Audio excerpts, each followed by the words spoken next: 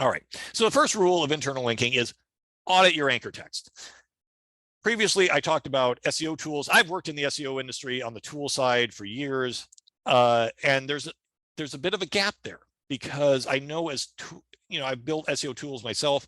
It's easy to report on PageRank type metrics. It's easy to talk about this page is really well internally linked from 8 different pages. But what's missing in most SEO tools is anchor text reports, anchor text coverage, anchor text variety. Mostly that's manual work that you have to do yourself. And if any SEMrush, Ahrefs, Mozzers are listening out there, this is an opportunity because I think this is something that moves the needle for folks. So a lot of tools, when you audit your anchor text, make sure that whatever tool you're using comes with an anchor text report. I chose Screaming Frog in this example because it's a very popular piece of software that a lot of us already use. But you can pull anchor text out of SEMrush, Ahrefs, Moz, a lot of different crawlers. But this is how you do it. In Ahrefs, you just go to a bulk report. You get all anchor text, and you export it. You can put it in a table. You can do all sorts of things with it after that, but you have to manipulate it, and you can see all the different anchor text going to each individual page. So that's number one. Make sure you're not just auditing your internal links to make sure pages are linked to, but you're auditing your anchor text as well. One thing I want to point out is that even unoptimized anchor text can help. Google advises against using generic anchor text or URL anchor text. But when we ran the data, looking at those millions of links, internal links that we saw increased traffic to pages that used unoptimized links. In this example, it was naked URLs, pages with no words, but just a URL as an anchor text. And we found those pages actually had more traffic than pages without the naked URLs. And I'm not necessarily saying this is a ranking factor, but this does seem to help give you more anchor text variety. Maybe you can unoptimize some of your anchor text, but any variety of anchor text seemed to help in the data that we looked at. That said, don't shy away from your exact match anchors. When we looked at exact match anchors for pages that were actually ranking for certain terms, the data blew everything out of the water. Pages that had exact match anchors pointing at them had something like 500% more traffic than pages without exact match anchors. That was really interesting because we had the Google Search Console data. We knew exactly what every page was ranking for, so we knew what exact match anchors to look for. So pages should have probably at least some exact match anchors. And if you've been doing SEO a while, you understand that this works a little easier if you're a big established site. You can get away with exact match anchors because you probably already have a lot of anchor text variety.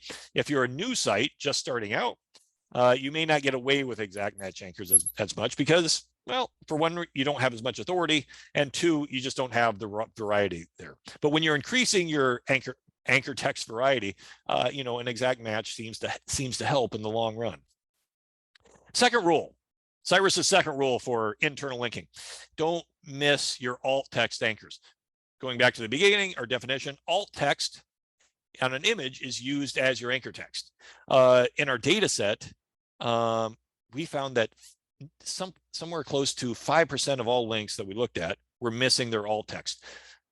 98% of them were image links, just like this. Well, not just like this. That's a creepy image, but you know what I'm talking about. Generally, images were missing their alt text, and I get it. You have a CMS. You're running an e-commerce store. The alt text is imported automatically. You don't pay attention to your alt text. And even if you add it, it doesn't seem to move the needle as much. But as we saw, you can use that alt text to gain another anchor text variation because it doesn't have to be the same as your other text links on the page. So don't miss your alt text anchors because they are extremely important. And this picture is just creeping me out. Let's move on. All right. So one thing that more advanced SEOs that I talk to, and if you fit in this group, congratulations, tend to understand is that we tend to think of linking as when I link to a page, we're improving the ranking of that page. But when you've been doing SEO a while, you start to understand that I'm actually helping both pages. I'm helping the page that I'm linking to, but I'm also helping the page that I'm linking from. And this is kind of a dividing line between, I think, more advanced SEOs and beginner SEOs when they get this point. Our friends over at Search Pilot have done studies on this, and you may have seen these online where, this is a case study. They have your typical e-commerce product page, and they add some internal links. They're just testing adding internal links. So they add some popular categories on the page. And then they run it through thousands of pages. And we've all seen things like this. They're like, oh, we added internal links and traffic went up. In this case, it was a very successful test. Traffic went up 20%. And people go, oh, internal links are good. That's great. But here's what you may have missed. It wasn't just the target pages that went up 20%.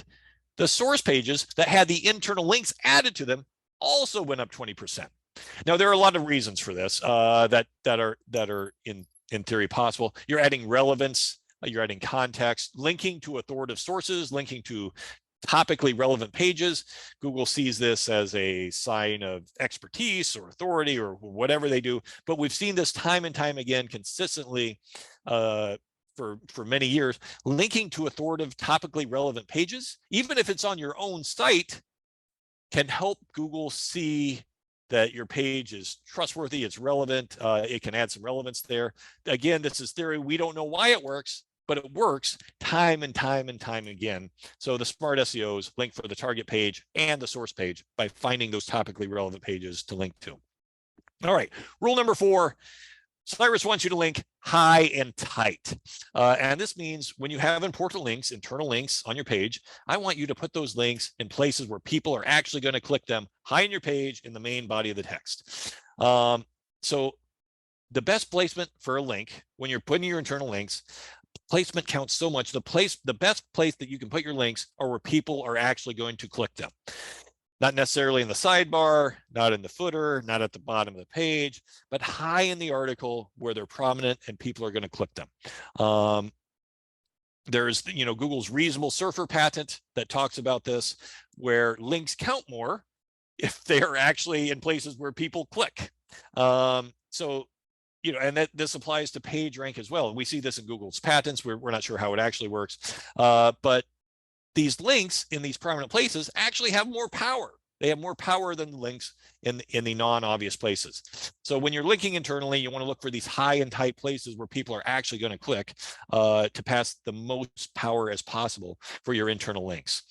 This is something we used to do at Moz all the time. We'd have like an old post that was still getting reasonable traffic, was still relevant and wasn't as fresh, but still had good information. We would add related links, not at the bottom where you normally see related links. We would add them to the very top of the page because maybe this article wasn't as fresh as something they wanted to see. We would add the other related links to the top of the page. And anytime we did this, every one of those pages got a boost. The pages that we linked to, but also this page, this post that's 13 years old, also got a boost because it became a hub. It had great engagement signals. We improved this page. We'd linked high and tight, and that's where I want to see your internal links. So put your most important links at Moz. This was kind of, my rule when writing a post. Most important links at the top, going to Moz resources. And then at the bottom, that's where I link to Ahrefs, Semrush, and Neil Patel, if absolutely necessary. But, don't call me out on that. All right. Legal PageRank sculpting. PageRank sculpting, again, I'm an old school SEO. PageRank sculpting is, kind of went through a dirty word. Google, I'll explain this to those who aren't familiar at all. PageRank sculpting was a technique very popular in the early days of SEO, where if you have 3 links on a page, they all pass a certain amount of power. If you get rid of one of those links, the 2 remaining links have more power. Google takes that and they pass that remaining link to those 2 other links. So back in the day, people would put a no follow on that 3rd link, and more power would pass through the 2 remaining links. Well, in 2011, Google put a kibosh on that rule, said, if you use no follow, more power does not pass to the other 2 links. It just doesn't work. So PageRank sculpting came out of favor, and people say, PageRank sculpting doesn't work anymore. Googlers are coming out like, you can't PageRank sculpt, it doesn't work. That's not quite true. PageRank sculpting works to this day, 2023. You just can't use no follow for it. And that's been true for a long time. So there are other ways that you can PageRank sculpt that are totally 100% legal. It just doesn't involve nofollow. So one of the more devious ways, one of the more advanced ways, is asking yourself, what's a link? Going back to our earlier definition, Google just put out some advice like last week. They republished their best practices on what's a crawlable link. And they want links where they have an A, an href, a link. Google strongly prefers links in this format. But let's say you want to link to something, but you don't want it to count as a link.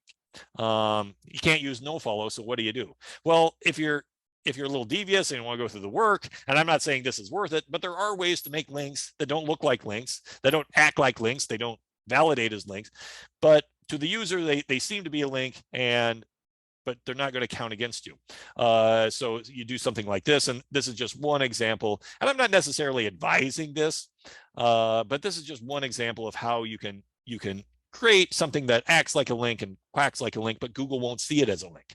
And that's where you just use some CSS and HTML, you put a span class on your link, and then you put the JavaScript of what happens to that link in a separate file. So when people click on it, they go to a different website, but you don't want Google to see your JavaScript, so you put a disavow in your robots text that they're not allowed to crawl that JavaScript. So all Google sees is this HTML with a class. So it looks just like regular HTML. There's no idea that there's a link there. You could do some other styling things. I'm not actually advising you do this, because you can sort of get yourself into a mess, and I'm not sure it's worth it. But there are ways to, get around the nofollow. But there are other perfectly legitimate PageRank sculpting techniques that you can use that don't involve, trickery like that. The classics are, instead of nofollow link, you can just eliminate links. You can consolidate your links, and these are very old school techniques. If you have in your footer, if you have 28 links in your footer, that's 28 links leaking PageRank on every page, and they may not be necessary. Do you really need a separate links for contact, for your privacy policy, for your FAQs on every single page? Maybe you can consolidate some of those, eliminate them. But most importantly, you can place important links in clickable areas. Your most important links, you want to go high above your unimportant links in places where people are going to see them prominently and people are actually going to click them. Because remember, Google can see what people click if they're using Chrome, and they can record that information. It's in the Chrome user agreement, and there's no doubt that Google uses that information. All right, Cyrus's 6th rule, avoid first link priority. We talked about this earlier. I used this example. This was an actual example in the wild when I wrote this post for Moz a few years ago. It was a hugely successful post, but I wrote this entire post to link to our free SEO tools, and I didn't want to waste an anchor text opportunity. So even though we had free SEO tools in the navigation, when I linked to free SEO tools in the post, I used a hash link index. Nobody noticed. Users didn't notice, whatever. But in theory, Google gave me that second anchor text that I was able to use. And, correlation is not causation. But when we published this post, this was traffic to the blog post itself, got tons of visits. And this was traffic to the SEO tools page. Again, I can't say that post helped that, but this is a couple $1 million worth of business just to that page, and maybe the anchor text had something to do with it, maybe not. I would assume the post did, but again, I would use that hash link all the time. My final tip for internal linking, I like doing things manually. I like writing blog posts without the help of AI. I like, writing HTML by hand. But this is one area where I do encourage people to use automation, because you have a 1,000-page site, 2,000-page site or more. Internal linking, you can't hold those all in your head. And SEOs talk to me all the time, like, I know all our writers know the pages. No, they don't. They're missing opportunities. They are not getting 10 or more internal links per page, because we have the data to show that. So it's important for me to leverage automation and use some of these newer software solutions that can find the internal linking opportunities for you. InLinks, Dixon Jones Company is one of them. I always mess up the pronunciation of this other, Twilu, which is a great affordable internal linking workflow. Link Whisper, this is for WordPress only. The company I co-founded SiteZero. I'm no longer associated with them. They have an internal linking solution that I helped develop. They're all good, and they're all pretty affordable to help you identify internal linking solutions at scale. So to recap, my 7 rules of internal linking: audit your anchor text. Don't sleep on your old anchors. Link for the source page as well as the target page. Link high and tight. Use white hat PageRank sculpting or legal PageRank sculpting. We're trying to get rid of the word white hat. Avoid first link priority and leverage automation. Now, if you liked this ClearScope webinar snippet, don't forget to share, like, and subscribe so you don't miss out on more great tips and strategies from the industry's best SEOs and content marketers. Make sure to check out the ClearScope YouTube channel for more great content.